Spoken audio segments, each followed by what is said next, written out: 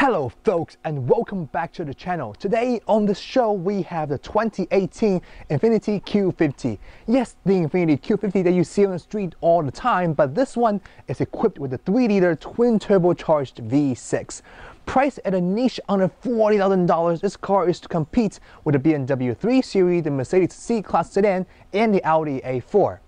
After spending some time with it, I got some thoughts to share with you guys, so today, let's explore it.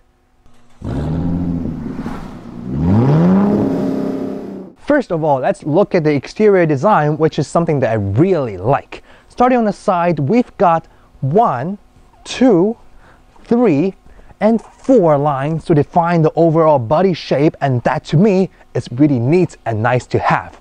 Right here, we've got a 3-liter twin-turbocharged badge, and this car came standard with 18-inch alloy wheels, which is also nice to have.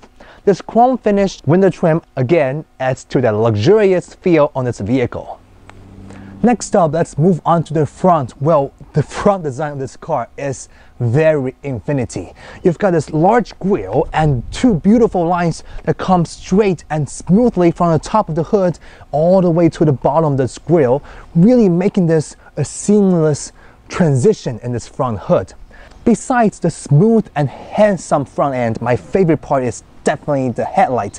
It's almost like an eagle eye, as I call it, because you've got this eyebrow going from here, taking an angle, and go all the way to the end of the headlight. You've got this high beam staring right at you aggressively. You've got 1, 2, 3, 4, 5, and 6 daytime running individual LED lights just on the side of this high beam, overall making this car more aggressive, and definitely it's a good sight to have when you see it. Last but not least, we've got this rear end design, which again is pretty good looking like the front and the side. You've got this giant Infiniti chrome finished trim here, and above that is absolutely the logo. And here you get the Q50 badge, and overall it's a very simple tail. But you know what's not so simple is you've got 2 exhaust pipes. They're really big, like the size of my hand. Definitely adds the sportiness to this car. And again, something pretty kind of extra here is the rear diffuser, which again kind of speaks of sportiness in terms of design. You know what's even more complicated are these taillights. Again, I love these taillights. I think Infiniti did a very good job making the lights on this car. This taillight not only have all the LED strips, but it's more sophisticated, which is even better in the evening when you shut this car down. You've got this very thin LED strips here, and overall shape of this light will be really nicely seen in the evening, which I can show you in this clip. And you know what's even nicer in terms of lighting is not only you have those lights in the front end, you've got more lights actually underneath the door, which I'm showing you right now in this clip. As you can see, it's pretty helpful in the evening when you're trying to get into your car, and that is definitely a nice attention to detail. Moving on to the interior, I have to admit this interior is a very cozy and welcoming space. A good amount of leather is used in this car, and they've got this white line stitching here and there, which looks very neat. Speaking of center console panels, you've actually got quite some glossy components, which looks very pleasing to the eyes. However, they do attract a lot of fingerprints, so watch out for that.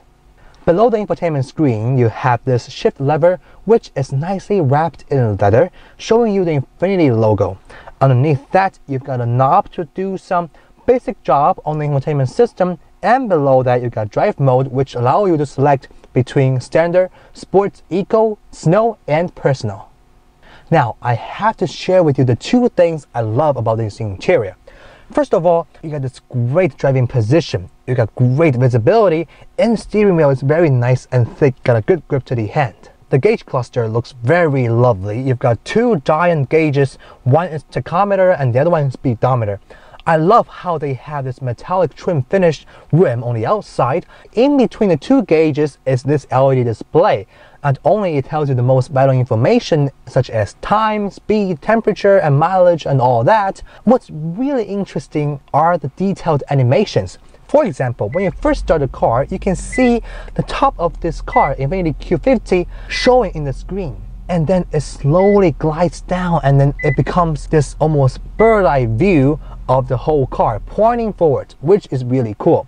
And when it warns you that you forgot to close the door or something, for example, if you had this door open, it will show you this door being opened in real-time animation, and it will show the exact door being opened. And that to me is a great attention to detail.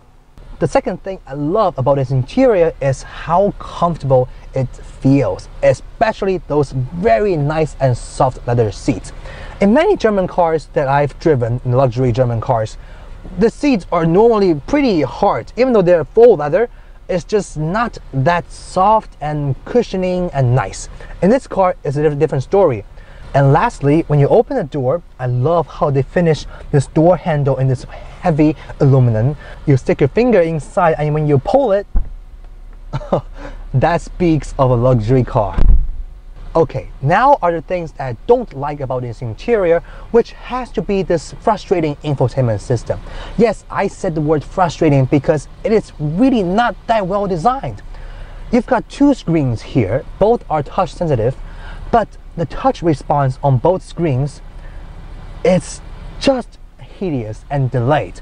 Both screens takes a bit of time to react to your touch, and I know in many newer cars now, touchscreens has evolved to responsive, and some of them were almost smartphone-like, which is really welcome feature, but those in this car is non-existent. Therefore, when I use the screen, sometimes I have to use the knob because that is way more responsive and a little easier to use. The two-screen layout looks fine, however, in terms of the information being displayed, I think it's kind of confusing. On top of this screen, you can actually press this display button to change between audio, fuel economy, drive, report, and the clock option. Of course, the audio option shows you what music's being played right now, and then the fuel economy shows you the data. The Eco Drive report shows you what you've been doing, how you've been done in this drive, and the clock shows you a giant clock. Yes, a giant clock. I know in many luxury cars, people tend to stick a clock inside to make it look more luxurious, which I'd agree if it's a real clock. However, in this car, when you have this big traditional clock being displayed, it kind of makes this car look cheap.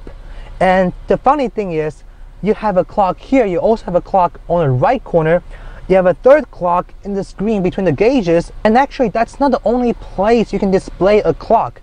On the bottom screen in the menu, if you look to the second page, you also have a clock option. Click that and it will display a digital clock to you in big font. So that kind of creates an interesting situation where you have 1, 2, and 3, and 4 clocks being displayed in the top screen, the bottom screen, the corner of the top screen, and in the center in this LED display. Unless you're somebody who really have to look at what time it is, this actually looks quite funny. The lower screen has more features than the upper screen. For example, it has phone, information, settings, drive mode selector, and it has a driving performance, which is very neat to have. Again, it takes a bit of time to get in there. It tells you the fuel flow, the fuel consumption, and fuel economy, as well as the G-force that you're taking in the corner, how the steering is doing, and the remaining range on this car. But the frustrating thing is, you see, for example, this climate control panel. You've got two sets of controls on both sides, and naturally, you would think that those information will be displayed in this screen right here. However, when you press onto, for example, the fan speed control, it actually displays on a top screen, and that's not really intuitive. However, that is solvable by doing this, by clicking the climate button. Now, you have the information on the second screen here, and now when you press on the buttons, all the feedbacks and information will be displayed here. I wonder, why doesn't Infiniti want to make that by default to have the climate control just on the screen, this one right here? Because by putting it here and having to go the extra step in order to do it here, it is actually not very convenient. Now moving on to the back seats. These back seats, just like the front ones, are finished in this very nice and soft leather. I just wonder, why doesn't every luxury car use this leather? It's just so comfortable. You can pull the armrest down and you can find two extra cup holders inside. However, this armrest is a bit too low compared to the right arm, and that could be more balanced. I've got plenty of leg rooms here, given that the front passenger has plenty of leg room as well.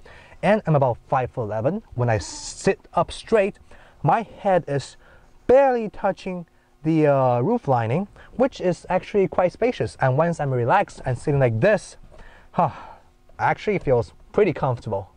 But the center of this rear seat is really tall. With that being said, it's really not a very middle passenger friendly space. First of all, I'm gonna just move on to this seat to show you how difficult it is and how tight it is. So I can move my first leg here, no problem, no issue. But then when I try to move my second leg, I have to really take it up high in order to get here. This is really kind of annoying. And if I'm sitting in the middle like this, I already have minimum amount of headroom like this. Now imagine with two more people here sitting like this, unless I can put my legs on both sides of this very high tall part, I am gonna be sitting like this, which is kind of awkward. So now comes the sweet point. Underneath the hood, we got a 3-liter twin-turbocharged V6 that outputs 300 horsepower and 295 pound-feet of torque. This engine is paired with a 7-speed automatic transmission, can go from 0 to 60 in just 5 seconds with a top speed of 153 miles per hour. So that's the performance, and now let's take it on the road. Okay, let's first start with some mountain twisty road driving in the morning, which is like some people commute this way in San Francisco.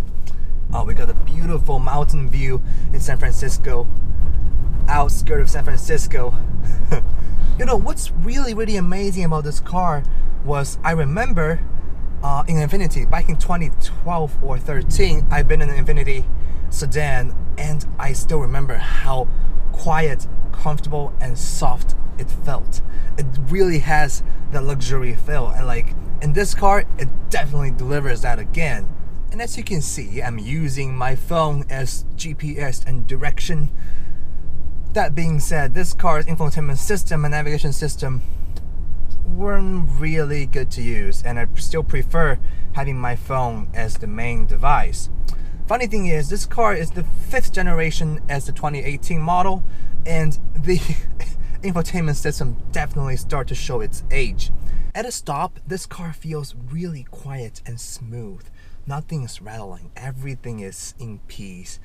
Even though this car doesn't have the feature when they turn the engine off to save fuel, it feels almost like this car is complete shut down. Obviously you can still hear the engine, but as you start moving, it delivers that quiet and smooth power, and that is what I really love about this car. This engine, you got 300 horsepower to your disposal, yet you have that transition from the complete idle to full blast power, and that is smooth, and I like that.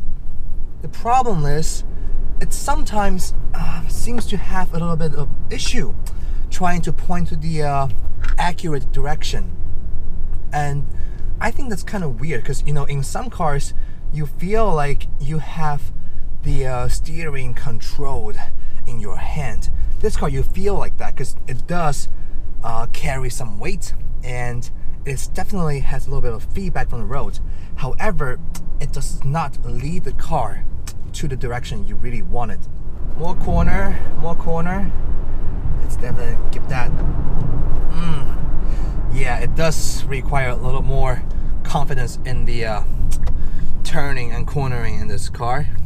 You know, what I found out kind of interesting thing is this transmission isn't really smart. I think sometimes it had trouble looking for the right gear to be in.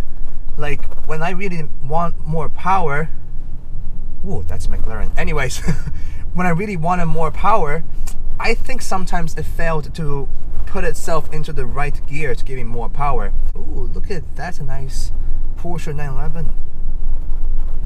Classic car. It's just nice to drive in San Francisco in this area because you can almost always see those nice cars. In sports mode, two big things. Not only the power delivery is a little faster, the steering is also a little faster as well. We're going onto a highway-ish straight line. Oh, you can hear that the engine definitely rolls more. Let's just give this a push.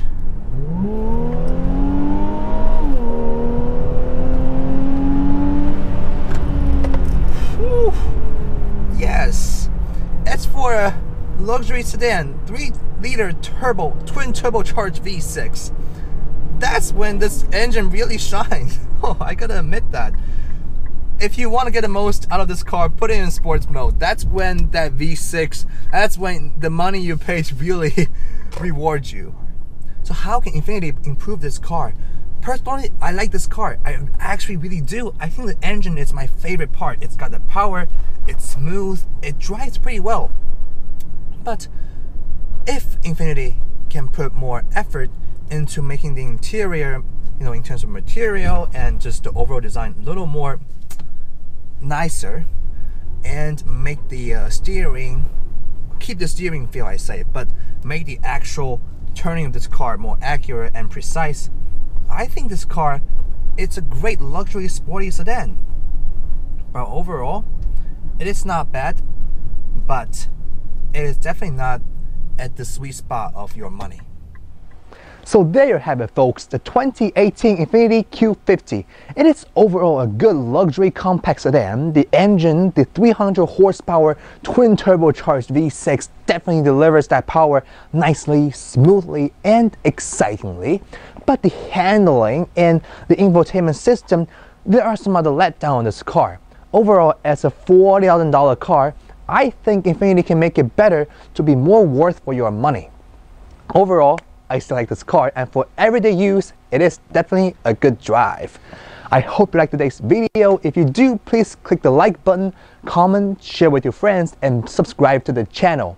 I thank you very much for watching this video, and I will be seeing you in the next video.